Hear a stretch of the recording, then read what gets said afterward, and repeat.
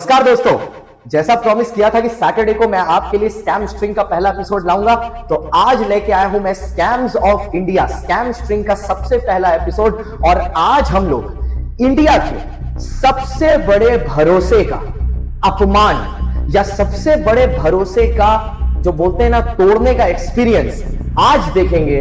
ऐसी कंपनी के बारे में डिस्कस करेंगे। तो सुसाइड करने का भी दिल करता है, लेकिन मजबूरी में आदमी क्या करे, हौसला रखना नहीं करता है। ऐसा ही सब कुछ नहीं है। मेरी दो बेटी है सर। दो बेटी है। वो शादी के लिए रखे थे सर।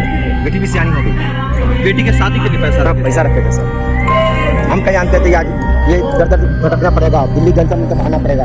करोड़ रुपए बाकी लोग जो बहुत तंग करता है, घर आके गाली गलौज करता है, हम लोग को जीना मुहाल कर दिया है। सुब्रत राय हम लोग से पैसा ठग लिया है और हम लोग के माध्यम से बहुत सारे पब्लिक का भी पैसा ठग लिया।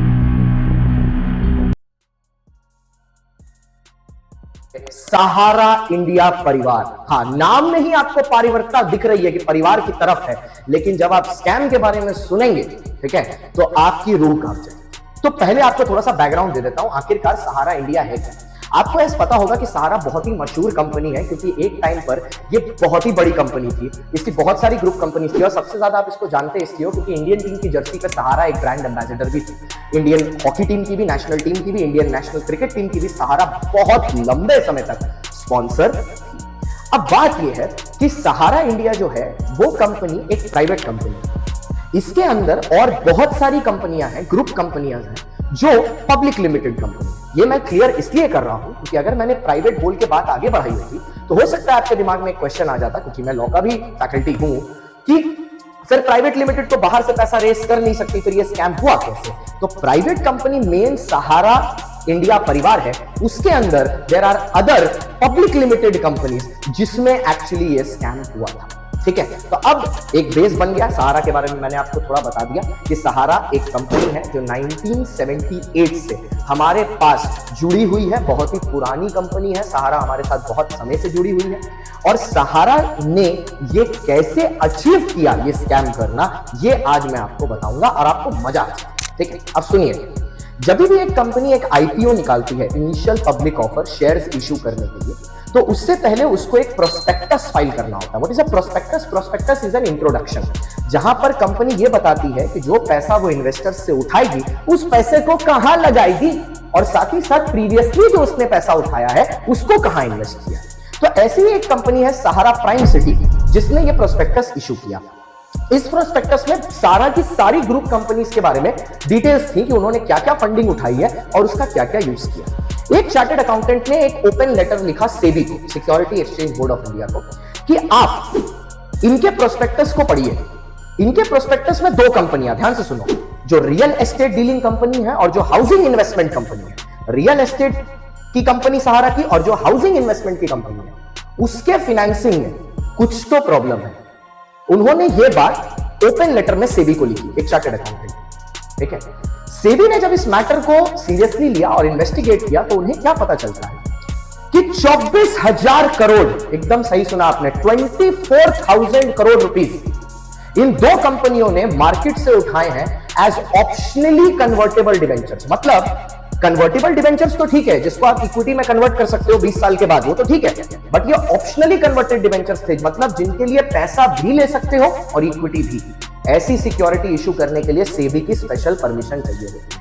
क्योंकि सहारा ने कोई परमिशन नहीं ली थी, सेबी ने directly Subrata Roy, who is the chairman of the Sahara group, 100% ownership है उसके पास सहारा ग्रुप की, उसको टैकल किया। उनको बोला कि ये आपने गलत किया।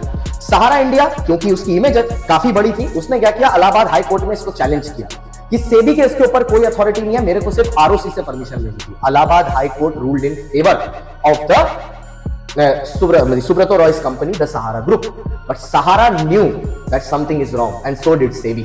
तो सेबी ने क्या किया, इसको चैलेंज किया, इलाहाबाद हाई कोर्ट के रूल को चैलेंज किया, रूलिंग को सुप्रीम कोर्ट में। जब सुप्रीम कोर्ट में ये केस गया, सुप्रीम कोर्ट ने इसको इन्वेस्टिगेट किया। सुप्रीम कोर्ट ने बोला ये जो 24,000 करोड़ रुपए सहारा ने रेस किए हैं, इसकी इन्वेस्टर डिटेल चाहिए। सहारा ने जब ये इन्वेस्टर डिटेल मांगी गई तो सहारा ने बहुत सारे बहाने दिए। जैसे उनमें से एक सबसे स्टूपिड बहाना यह था कि ये कुछ 2 करोड़ से 2.5 करोड़ इन्वेस्टर्स हैं और अभी समर हॉलिडेज चल रही है, सहारा के पास इतना स्टाफ नहीं है कि वो ये डिटेल्स सेबी तक पहुंचा सके।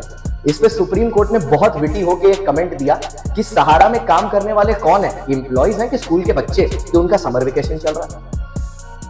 उन्होंने 3 महीने का टाइम दिया सहारा को कि 24,000 करोड़ रुपए 3 महीने के अंदर with 15% interest, mind you 15% interest per annum उनको सबमिट करना है सेबी के पास, पूरा का पूरा पैसा, और फिर सेबी वहां से इन्वेस्टर्स को ढूंढ के ये पैसा लौटाएगी। इन्होंने क्या किया, इन्होंने 4,600 इन्वेस्टर्स की डिटेल्स सेबी को दी और बाकियों को इन्होंने बोला कि बाकी पैसा, ठीक है, 24,000 करोड़ का जो रिमेनिंग अमाउंट है which is 20,000 crore rupees, 4,000 crore तो इन्होंने जमा कर दिया विद इंटरेस्ट, तो 20,000 करोड़ रुपए उनका इन्होंने बोला कि we have returned it to the investor.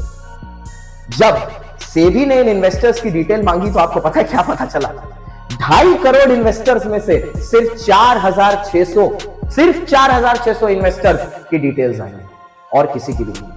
अब कान खड़े हो गए ईडी के। ईडी कौन है? एनफोर्समेंट डायरेक्टरेट, जो मनी लॉन्ड्रिंग के केसेस में घुसता है। मनी लॉन्ड्रिंग क्या होती है? ब्लैक मनी को व्हाइट मनी करना। जब सहारा ग्रुप ये डिटेल्स नहीं दे पाया तो ये स्कैम अब न्यूज चैनल पर आ गया। सुब्रतो रॉय के मुंह पे कालक पोत दी गई। सुप्रीम कोर्ट ने यह बोला कि Subrata Roy's company has committed a fraud, they were involved in money laundering. उन्हें जेल हुई और अभी 2022 जून 7 की बात है कि उन्हें 12 करोड़ रुपए की पेनल्टी फिर स्लैप की गई है by SEBI for this scam that they have conducted. So total में ये 24,000 करोड़ रुपए का स्कैम है जिसको सहारा ने सिर्फ क्या किया है? मनी लॉन्ड्रिंग की है। कुछ ब्लैक के पैसे को व्हाइट करने के लिए और स्ट्रीमलाइन में लाने के लिए इन्होंने फेक इन्वेस्टर्स किताब में क्रिएट किए, उनके नाम पे कंपनियों में पैसा लगाया और फिर प्लान ये था कि लॉन्ग टर्म में 20 साल के बाद, क्योंकि डिवेंचर रिडीमेबल होता है, उसके लिए पैसा कंपनी से वापस निकलवा दें। ब्लैक मनी व्हाइट मनी हो जाएगा। गलती कहां हो गई? उस प्रोस्पेक्टस में एक मिस्टेक थी जो हमारे जैसे किसी चार्टर्ड अकाउंटेंट ने।